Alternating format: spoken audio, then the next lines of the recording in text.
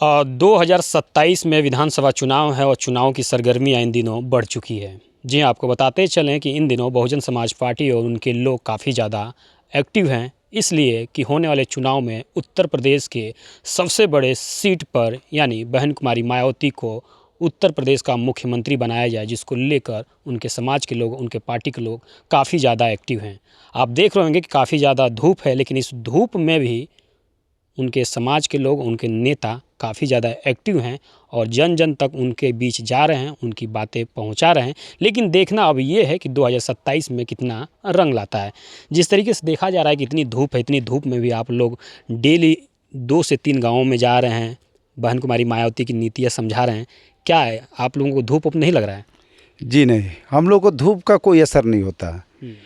असर न होने का कारण भी है कि हमारे पूर्वज से लेके आज तक हम लोग सब खेतिहर मजदूर में काम करते हैं, धूपों में काम करते हैं, बरसात में काम करते हैं, ठंडी में काम करते हैं और ये आदत सी बनी हुई है। फिर उसके बाद भी हम लोगों को सम्मान नहीं मिलता है।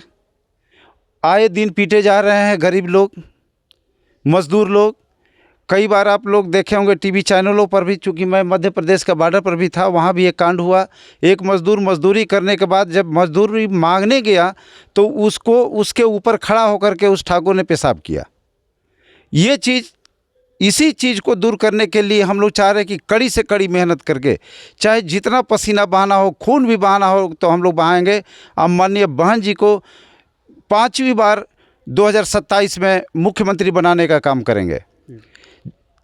जिस तरीके से देखा जा रहा है कि आप लोग जन जन के बीच में जा रहे हैं, नीतियाँ समझा रहे हैं, देखा जा रहा है कि आप लोगों का जो कार्यक्रम है कई जगह देखने को मिल रहा है। क्या वहाँ से फीडबैक मिल रहा है अभी फ़िलहाल?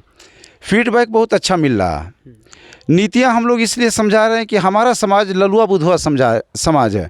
वो कम पढ़ा लिखा है, अधिकांश जो है कम पढ़े लिखे लोग हैं और वो बहुत भोले लोग हैं, राजनीति से कोसों दूर हैं। हमारे समाज के मात्र 1% लोग राजनीति करते हैं। हम लोग भी राजनीति नहीं करते, हम तो समाज सेवा करते हैं और समाज सेवा के माध्यम से लोगों को जगाने का हम लोग काम कर रहे हैं, ताकि एक बार माननीय बहन जी मुख्यमंत्री बनेंगी तो यहाँ से, इस प्रदेश से गुंडा राज समाप्त हो जाएगा और गरीबों मजलूमों का सरकार होगा, सर्वजन का सरकार होगा। माननीय बहन जी सर्व समाज को लेकर चलती हैं, जो गरीब तबके के लोग हैं उन सबको लेकर चलती है माननीय बहन जी। हम लोग इसलिए चाह रहे हैं कि माननीय बहन जी एक बार पुनः माननीय बहन जी की सरकार बने, बीएसपी की सरकार बने, जिससे इस इस राज्य में अमन चैन कायम हो सके। जिस तरीके से आप लोग कार्यक्रम कर रहे हैं, उस कार्यक्रम में देखा जा रहा है कि कई बुजुर्ग महिलाएं, बुजुर्ग लोग भी शामिल हो रहे हैं। उसमें क्या युवाओं भी शामिल हो रहे हैं, जिनको ज़्यादातर आपकी बात, आपका जो मिशन है वो समझ में आए? आज ही के मीटिंग में लगभग 35 महिलाएं थी और लगभग 50 युवा थे और ज़्यादा तो नहीं, 25-30 के अंदर ही हमारे उम्र के या हमसे थोड़े बहुत ऊपर नीचे होंगे। कुल मिला के 70-80 लोग थे मीटिंग में। अभी भी बैठे हैं, मीटिंग चल रही है, सबको बताया समझाया जा रहा है, सबको मौका दिया जा रहा है और सबसे ज़्यादा मौका दिया जा रहा है युवा साथियों को। जी हाँ। जिस तरीके से लोकसभा चुनाव था और उस चुनाव में देखा गया कि युवाओं की जो एक पहल थी कहीं ना कहीं अखिलेश की तरफ थी। अखिलेश की तरफ देखा गया कि बहुजन समाज पार्टी का जो वोट था वो कहीं ना कहीं घिसकता हुआ दिखा। तो क्या लगता है कि इस बार युवाओं की जो पहल होगी वो बहन कुमारी मायावती की तरफ होगी? जी हाँ, अखिलेश की तरफ युवाओं का जो, या कुछ महिलाओं का भी झुकाव इसलिए बढ़ा, जो अनपढ़ लोग थे, कम पढ़े लिखे लोग थे, वो इनके बहकावे में आ गए। क्योंकि सपा और भाजपा के चाल कोई लोग नहीं समझ पाए। सपा और भाजपा दोनों मिली हुई थी। एक ने कहा कि हम संविधान को ख़त्म करेंगे तो दूसरे ने कहा हम संविधान बचाएंगे। इसी में हमारे लोग भाग गए कि अरे बाप रे, बाबा साहब के बनाए हुए संविधान को ये ख़त्म कर देगा। लेकिन अब इन लोगों की चालों को हमारा समाज समझ चुका है और पछता रहा है। हर मीटिंग में लोग ये खुलेआम कह रहे हैं कि हम लोग से गलती हुई है, हम लोग इस गलती को स्वीकार करते हैं और पुनः ये गलती नहीं होगी। तो क्या लग रहा है कि जिस तरीके से आपकी बातें युवा समझ जाएंगे तो क्या 2027 में वो मेहनत रंग लाएगी? 2027 में हम तो कम चलेंगे, चूँकि बूढ़े आदमी हैं। युवा हमसे ज़्यादा तेज़ दौड़ेंगे, वो समझ भी रहे हैं, समझ चुके भी हैं। हमको लगता है कि 80% युवा समझ चुके हैं। जो बाकी अन्य दलों में भी है वो भी 20% 2 सालों के अंदर में पूरे जोशों के साथ, उमंग के साथ बसपा से जुड़ेंगे और बसपा के लिए कैंपेन करेंगे और माननीय बहन जी को 5वीं बार मुख्यमंत्री बनाने का काम करेंगे। जिस तरीके से देखा जा रहा है कि हर समाज में कहीं ना कहीं 1 से 2 पार्टियां देखने को मिल रही है, उसी तरीके से बहुजन समाज में भी इन दिनों देखा जा रहा है कि चंद्रशेखर जी भी काफ़ी ज़्यादा एक्टिव हैं, अब तो नगीना के सांसद हैं। क्या लगता है कि 2027 में कुछ उनसे फ़र्क पड़ेगा पार्टी को? नहीं, आप एक शब्द आया, शायद हमको सुनने में भी गलती हो गया हो। बहुजन समाज पार्टी में चंद्रशेखर बोले आप, तो चंद्रशेखर से और बहुजन समाज पार्टी से कोई तालमेल नहीं है। चंद्रशेखर जी वकील होते हुए भी एक बहुरूपिये का काम कर रहे हैं। वो समाज को तोड़ने का काम कर रहे हैं, जोड़ने का काम नहीं कर रहे हैं। क्यों कोई पत्रकार उनसे नहीं पूछता है कि इतने कम दिनों में इतना फंडिंग उनके पास कहाँ से आया। और माननीय बहन जी से पूछा जाता है तो माननीय बहन जी पूरा हिसाब दे देती हैं। हम लोग हर महीने जो है चंदा कलेक्शन करके माननीय बहन जी को पार्टी चलाने के लिए देते हैं, मेहनत भी करते हैं और पैसा भी देते हैं।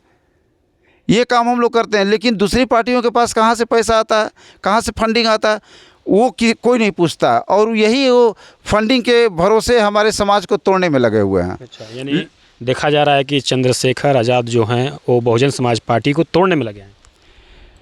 बहुजन समाज पार्टी को तोड़ने में लगे, हमारे बहुजन समाज पार्टी के जो कार्यकर्ता हैं उन कार्यकर्ताओं को तोड़ने में लगे। क्या लगता है कि इसका इन्फेक्ट दिखेगा 2027 में? बिल्कुल नहीं दिखेगा। अभी आप देखिए 2-4 महीने के अंदर में सभी जो आज़ाद समाज पार्टी के कार्यकर्ता पदाधिकारी हैं, कितने लोग हम लोगों से मिलते हैं और वो बहुजन समाज पार्टी ज्वाइन करने की बात कर रहे हैं। समय आने दीजिए और पूरे एक भीड़, एक हुजूम के साथ लोग आएंगे, बसपा ज्वाइन करेंगे। जिस तरीके से आपने कहा कि आज़ाद समाज पार्टी की फंडिंग कहाँ से आ रही है, उस पर कोई सवाल नहीं करता है जी, क्या कहना है इस बारे में आपका? अब इस बारे में मैं क्या कहूँगा, वो जाने और उनका काम जाने। हम लोग तो इतना जानते हैं कि चंदा करेंगे, माननीय बहन जी को किसी भी तरह से हम लोग पीछे माने कमज़ोर नहीं होने देंगे और जितना चंदा कलेक्शन करना होगा हम लोग करेंगे। और हर गांव, हर शहर, हर जगह से, कस्बे से जो है चंदा इकट्ठा करके माननीय बहन जी तक हम लोग पहुंचाने का काम करेंगे। यानी देखा जाएगा कि आज़ाद समाज पार्टी का कोई फैक्ट नहीं चलेगा 2027 में? बिल्कुल नहीं चलेगा।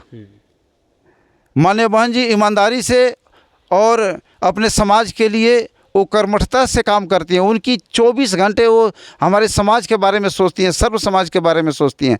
कई वैकेंसियाँ तो उन्होंने निकाली थी। एक बार तो ऐसा हुआ था, पुलिस की वैकेंसी में उन्होंने चिप बनवा दी थी। वो कोई पक्षपात माननीय बहन जी नहीं करती, सर्व समाज के लिए। और उस समय तत्कालीन जो है राष्ट्रपति महोदय थे के.आर. नारायणन महोदय, के.आर. नारायणन जी ने तारीफ भी किया था माननीय बहन जी का कि ऐसा मुख्यमंत्री हर प्रदेश में होना चाहिए। और इसी उम्मीद के साथ हमारे युवा भी लगे हैं, सर्व समाज के भी युवा जुड़ रहे हैं। कल तो 4-5 ब्राह्मण आए थे, परसों जो है 20 ब्राह्मण आए थे, राजपूत आए थे और सर्व समाज के लोग आए थे। और सबने ये हुंकार भरी कि इस बार 27 में माननीय बहन जी को ला करके ही दम लेना है। तो सिर्फ दलित समाज ही नहीं, सर्व समाज के लोग इसमें लगे हुए हैं। तो देख सकते हैं कि हमारे साथ बहुजन समाज पार्टी के नेता थे, तमाम बिंदुओं पर इन्होंने चर्चा किया है। यानी 2027 में कोई भी फैक्ट काम नहीं करेगा, क्योंकि 2027 में उत्तर प्रदेश के सबसे बड़े सीट पर यानी मुख्यमंत्री के सीट पर बहन कुमारी मायावती को बैठाने